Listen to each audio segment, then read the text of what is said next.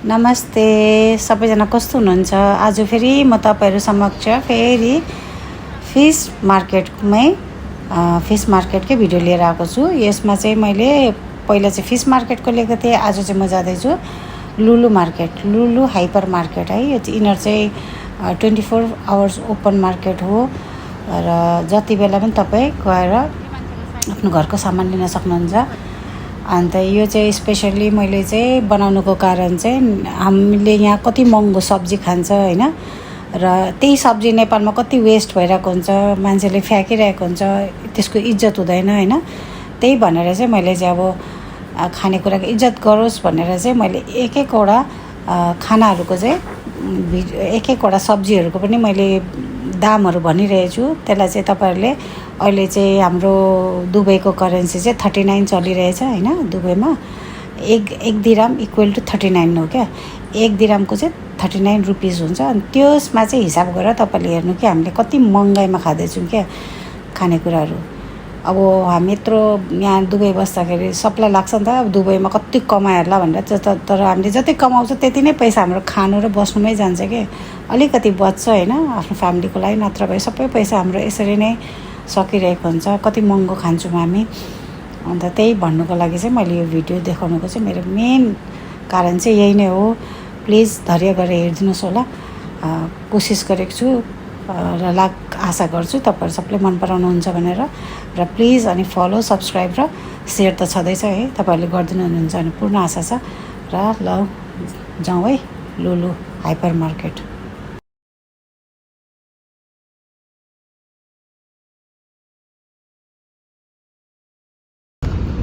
खुलजा सिमसिम देख्यो। टक्क बच्चाहरुको लागि आमा बाउहरु चाहिँ टक्क आउँछ शपिङ गर्न, बच्चालाई चाहिँ छोडिराख्छ। बच्चाहरु चाहिँ खेल्दै गर्छ, आमा बाउ चाहिँ शपिङ गर्छ। यहाँ चाहिँ यस्तो छ, यस्तो दामी यस्तो क्राफ्टिङ वाला ब्यागहरु रहेछ। यो चाहिँ अबाएको दोकान रहेछ। अन्त यो चाहिँ हो लुलु। अब लुलुको भित्र जाँदैछु। यहाँ चाहिँ मसलाहरुको दोकान चाहिँ एकदम मजाको छ। यस्तो मिठो स्मेल आउँछ। यहाँ दुनियाँको सबै मसलाहरु पाउँछ। यहाँ जति थरीको मसला पनि पाउँछ। यहाँ चामलहरु पनि दामी दामी पाउँछ, सो राम्रो। अनि यो हाम्रो एलिभेटर हो। यो चाहिँ माथि आउने, यो चाहिँ तल जाने भनौँ न। अनि यहाँ चाहिँ खाली रहेछ पार्किङ। अनि फेरि अर्को हेर हिँड्नु पनि पर्दैन हेर त। ल कति सुविधा मान्छेले सुविधाको चाहिँ पुरै भोग्ने भएर होला। विदेश एकपल्ट गएपछि मान्छे घर नफर्किने चाहिँ कारण चाहिँ त्यही हो।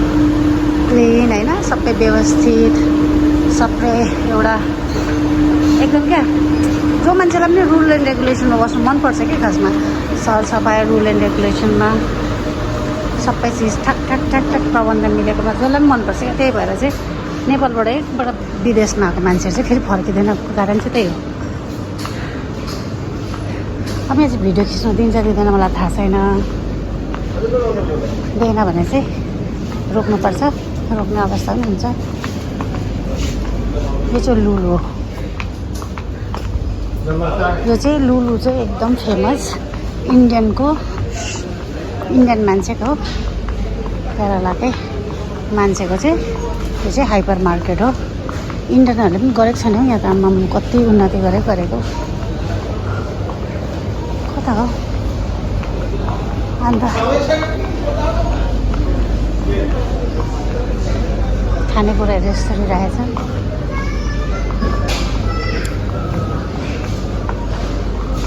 हेर्नै मजा आउने क्या, हेर्नै मजा आउँछ। मलाई चाहिँ यति मजा लाग्छ ग्रोसरी चाहिँ, यति मजा लाग्छ। मेरो चाहिँ लुगाफाटा किन्नु भन्दा पनि मलाई चाहिँ ग्रोसरीहरूको सपिङ गर्न आउँदा चाहिँ ग्रोसरी चाहिँ एकदम मेरो फेभरेट हो। बुझार पनि कति राम्रो छ। सागपातहरू पनि भक्कु पाउँछ।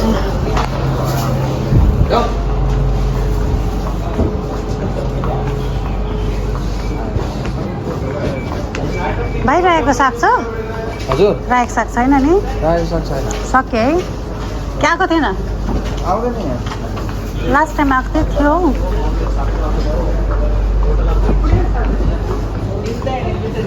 इस्कुस हेर न नेपालको बासिन्दाहरू इस्कुस नफ्याँक्नु यहाँ इस्कुस चाहिँ नेपालको कति 10.95 भनेपछि 300 रुपियाँ किलो चाहिँ ए इस्कुसको दाम त्यही कारण प्लिज भुइँमा छपेको बिहा हुँदैन मिल्दैन यो चाहिँ ग्रोस भयो ड्राई फ्रुटको एरिया भयो चिप्स कस्तो महँगो छ नि एप्पलहरू 9.95 कति चिज त सस्तो पनि पाउँछ यहाँ त्यस्तो महँगो पनि होइन कतिवटा चिज चाहिँ एकदम रिजनेबल प्राइसमा पाउँछ जस्तो फ्रुट्सहरू चाहिँ एकदमै रिजनेबल प्राइसमा पाउँछ क्या जस्तो अब टर्कीको यो भयो ग्रेप फ्रुट होइन 8.95 इट्स भेरी रिजनेबल नि त यहाँ त नेपालमा महँगो छ नि फ्रुटहरू अनि यहाँ चाहिँ जस्तो विकेन्डमा चाहिँ एकदम राम्रो ऊहरू लाग्छ क्या भन्छ त्यसलाई सरी एकदम राम्रो अफरहरू लाग्छ क्या अब चाइनाको यो छ नि आँपलाई यो म्यान्ड्रिन भन्ने अब 665 भनेपछि 300 रुपियाँ 5 रुपियाँले 39 40 होइन 600-700 रुपियाँ भनेपछि अलमोस्ट त्यस्तै हो होइन त्यो सस्तो हो यो त 5 रुपियाँ मात्रै छ इजिप्टको चाहिँ यो आँप चाहिँ साह्रै मनपर्छ मलाई सुँग्दा पनि साह्रै मिठो कस्तो सस्तो रहेछ यो त यो लानु पर्ला जस्तो लाग्यो मलाई आँप मिठो लाग्छ नि आँप मलाई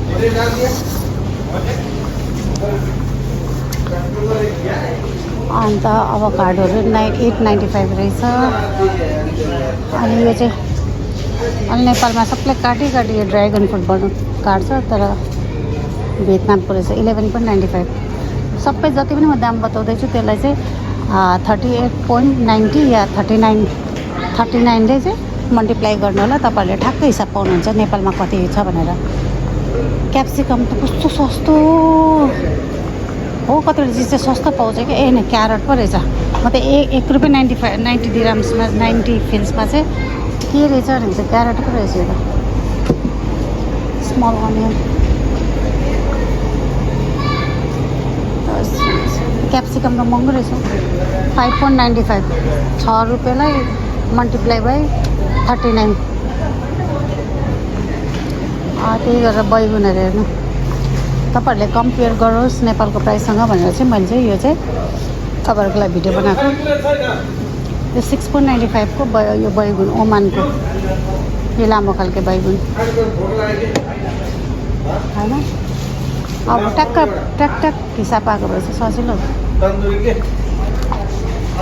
फुलकोपी 7.95 रहेछ सो गाइस अब यो सेक्सनबाट निक्लेर चाहिँ म तपाईँहरूलाई लाँदैछु अब अन्डा त नेपालमा एकदमै महँगो छ नि त होइन अन्डा त एकदम महँगो छ नेपालमा यहाँ चाहिँ कसरी रहेछ यो अफरमा लागेको अन्डा 22 दिराम यो 22 दिरामको 30वटा पिस 22 दिराम भनेपछि म हिसाब गरेर तपाईँहरूलाई उसमा स्क्रिनसटमा देखाइदिन्छु है यो यसरी छ 37.15 तर यो ओमेगा डिएचए ओमेगा भनेको चाहिँ एकदम राम्रो खालको हो कि अनि यो ढुकुरको अन्डा पनि पाउँछ यो चाहिँ 10.25 रहेछ र ढुकुरको अन्डा पहिला हामी सानो हुँदाखेरि खान्थ्यो टिपेर अनि यो चाहिँ मेरो हामी भेजिटेरियनहरूको चाहिँ एकदम फेभरेट एरिया हो चाहिँ दुधको चिजहरू मात्रै छ यसमा चाहिँ के अरे बटरहरू होइन अन्त कस्तो महँगो छ होइन 1550 छ अन्त अमुलको अलमराईको चाहिँ यहाँ एकदम फेमस ब्रान्ड हो क्या अलमराई अनि त्यो चाहिँ 1855 छ अनि म यहाँ छैन रहेछ उसको के भन्छ के अरे एउटा दुध पाउँछ क्या उसको दुध के भन्छ उटको दुध त्यो हेरेको पाइनँ मैले ओटको दुध चाहिँ छैन रहेछ अरूको ड्रिङ्क्सहरू छ माइनर ड्रिङ्क्सहरू छ अनि तपाईँहरूको चाहिँ नेपालमा त अब थुप्रो वर्षमा नगएको म मतलब 2 वर्ष भयो अब हामी त्यति सपिङ गर्दैन गयो भने पाहुना हो किनेर खुवाइहाल्छ होइन घरमा पनि यो चाहिँ 9.25 को रहेछ जुसहरू 1 किलोको 1 लिटरको होइन 1.5 लिटरको रहेछ सो गाइज सब्जीहरू चाहिँ त्यही कारण चाहिँ नफ्याँक्नु। सब्जीहरू चाहिँ मैले चाहिँ तपाईँहरूलाई देखाउने कारण चाहिँ हामीले यस्तो अर्ग्यानिक सब्जीहरू होइन तपाईँहरूले यस्तो सजिलो सस्तोमा खाना पाउनुहुन्छ, त्यसको चाहिँ इज्जत गर्नु, नफ्याँक्नु। केटाकेटीहरूलाई नि त्यही भन्नुलाई, फ्याँक्नु नदिनु, वेस्ट नगर्नु खाना। हामी कस्तो महँगोमा खान्छ, हामीले जति कमाएको हुन्छ त्यो खानु र बस्नुमै जान्छ कि हाम्रो आधी पैसा। अनि घरबाट भन्छ नि के कमायो भनेर, यति महँगो एक्सपेन्सिभ छ हामीलाई यहाँ बस्नु र खानु। यो 18.90 रहेछ। यो चाहिँ हो फ्रेस फुल क्रिम मिल्क रहेछ। यो चाहिँ सस्तो रहेछ, अफरमा रहेछ, 19 तिरामा रहेछ। मल्टिप्लाई बाई 39 है।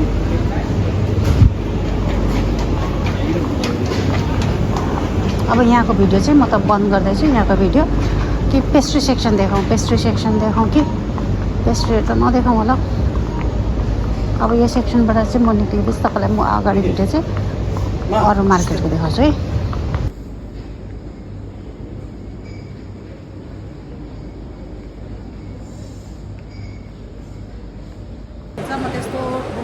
म त्यस्तो राम्रो त बनाउँदिनँ, तर पनि मन पराएर हेरिदिनु भएकोमा थ्याङ्क यू सो मच।